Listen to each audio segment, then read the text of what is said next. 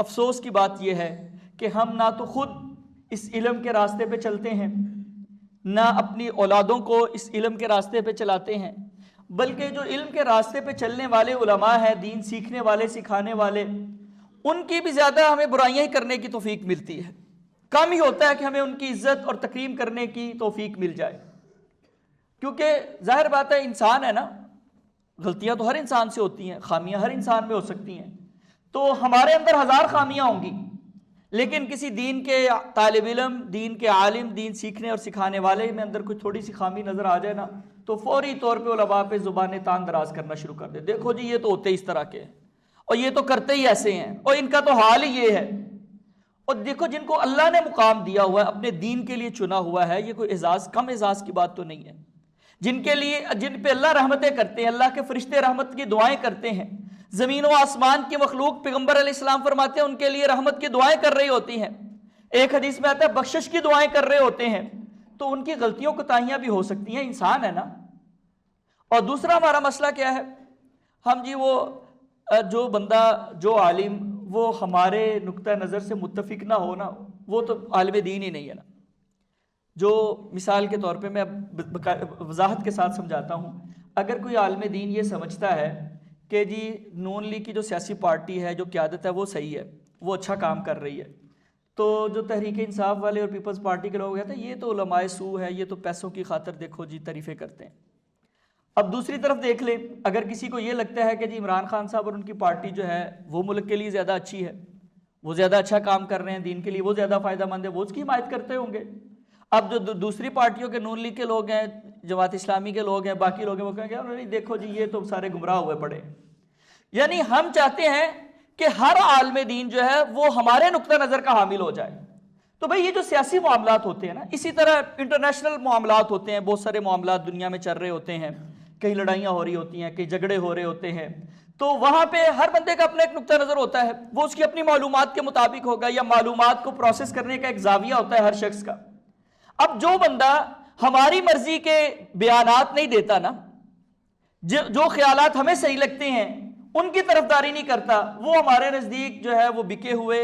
اور جاہل علماء ہیں، علماء سو ہیں۔ اور جو بندہ ہماری سیاسی پارٹی کو سپورٹ کرنے والا ہے،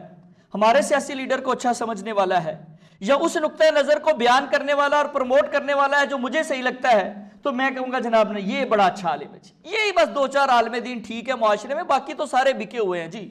وہ جناب علماء کو تو پتہ ہی کسی چیز کا نہیں ہے۔ تو یہ اصل میں ہماری اپنی سوچ کی خرابی ہے نا، کہ ہم اپنی مرضی کہتے ہیں جی علماء حق نہیں بیان کرتے، اصل میں ہم حق نہیں ان سے سننا چاہتے، ہم اپنی مرضی کا حق سننا چاہتے ہیں۔ ہم چاہتے ہیں کہ ہماری پارٹی کی تعریفیں کرے عالم دین آ کے، ہمارے پسندیدہ لیڈر کی تعریفیں کی جائے، جس سیاسی بیانیے کو ہم صحیح سمجھتے ہیں اس کو ممبر پہ بیان کیا جائے، اور عالمی حالات میں جس بیانیے کو، جس چیز کو ہم سمجھتے ہیں کہ یہ حق ہے، یہ صحیح ہے، یہ درست طرز عمل ہے، اس کو بیان کیا جائے۔ اگر کوئی وہ بیان کرتا ہے تو وہ حق بیان کرنے والا بڑی جرت والا جناب صحیح یہ بے باک عالم دین ہے، اور اگر کوئی اس کے مخالف نقطہ نظر رکھتا ہے، ظاہر بات ہے ہر ایک کی اپنی معلومات ہوتی ہیں، ہر ایک کا اپنا نقطہ نظر ہوتا ہے، معاملات کو، حالات کو دیکھنے کا ہر ایک کا اپنا ایک زاویہ ہوتا ہے، تو وہ بندہ ہمارے نزدیک صحیح عالم ہی نہیں ہے۔ تو یہ علماء کی نہ قدری اور ان پہ طعن و تشنیع کرنا، گالم گلوچ کرنا، یہ اپنی عاقبت کو خراب کرنے والی باتیں ہیں، جن کے لیے اللہ نے ساری مخلوقات کو لگا دیا ہے کہ تم نے ان کے لیے بخشش کی رحمت کی دعائیں کرنی ہیں، انشاءاللہ اللہ ان کی غلطیوں کوتاہیوں سے درگزر بھی فرمائیں گے۔ ہاں جو ان کے معاملات ہیں ان کو ٹھیک کرنے چاہیے، لیکن ہمارا کام یہ ہے کہ جو ہمیں اللہ کے رسول صلی اللہ علیہ وسلم سکھا رہے ہیں کہ ہم اپنے آپ کو علماء کے ساتھ منسلک کریں۔ ہمارا ایک مسئلہ یہ بھی ہے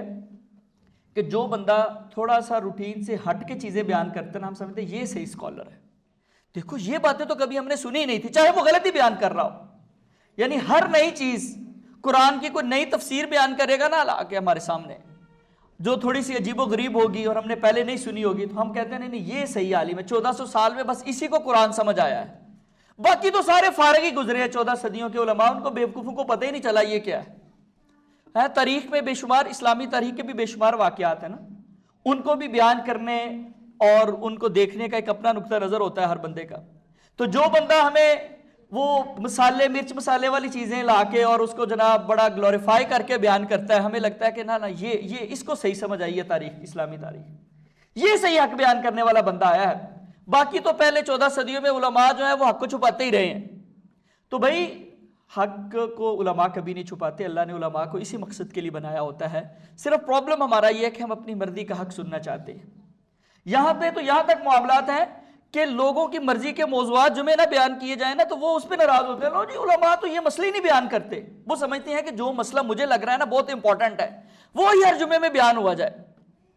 جو خطیب ہے اس کو پتہ ہے میں نے کس سیکوینس سے لے کے چل رہا ہے، اس نے اپنی ترتیب لگائی ہوگی. ہر عالم دین اپنی ترتیب لگاتا ہے، اس کو پتہ ہے کہ حالات کے مطابق کون سی چیز زیادہ ہے. لیکن ہمیں اگر ہماری مرضی کے موضوعات ہی بیان نہ کیے جائیں یا موضوع بیان کرتے ہوئے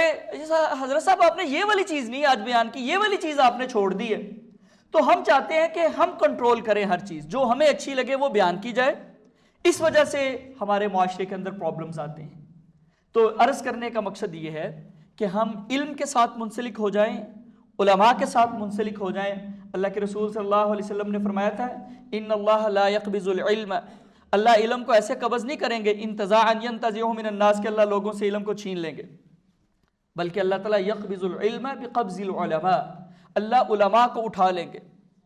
فرمایا کہ جب ایسا وقت آئے گا لم يترك عالما، جب علماء نہیں رہیں گے، اتخذ الناس رؤوسا جہالا، لوگ جاہلوں کو اپنا پیشوا بنا لیں گے، ان سے دین سیکھنا شروع کر دیں گے. سئلوا، ان سے پوچھا جائے گا،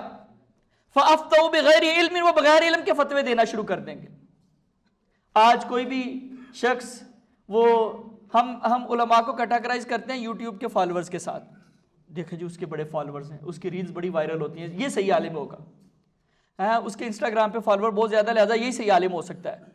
تو یہ کوئی معیار نہیں ہے.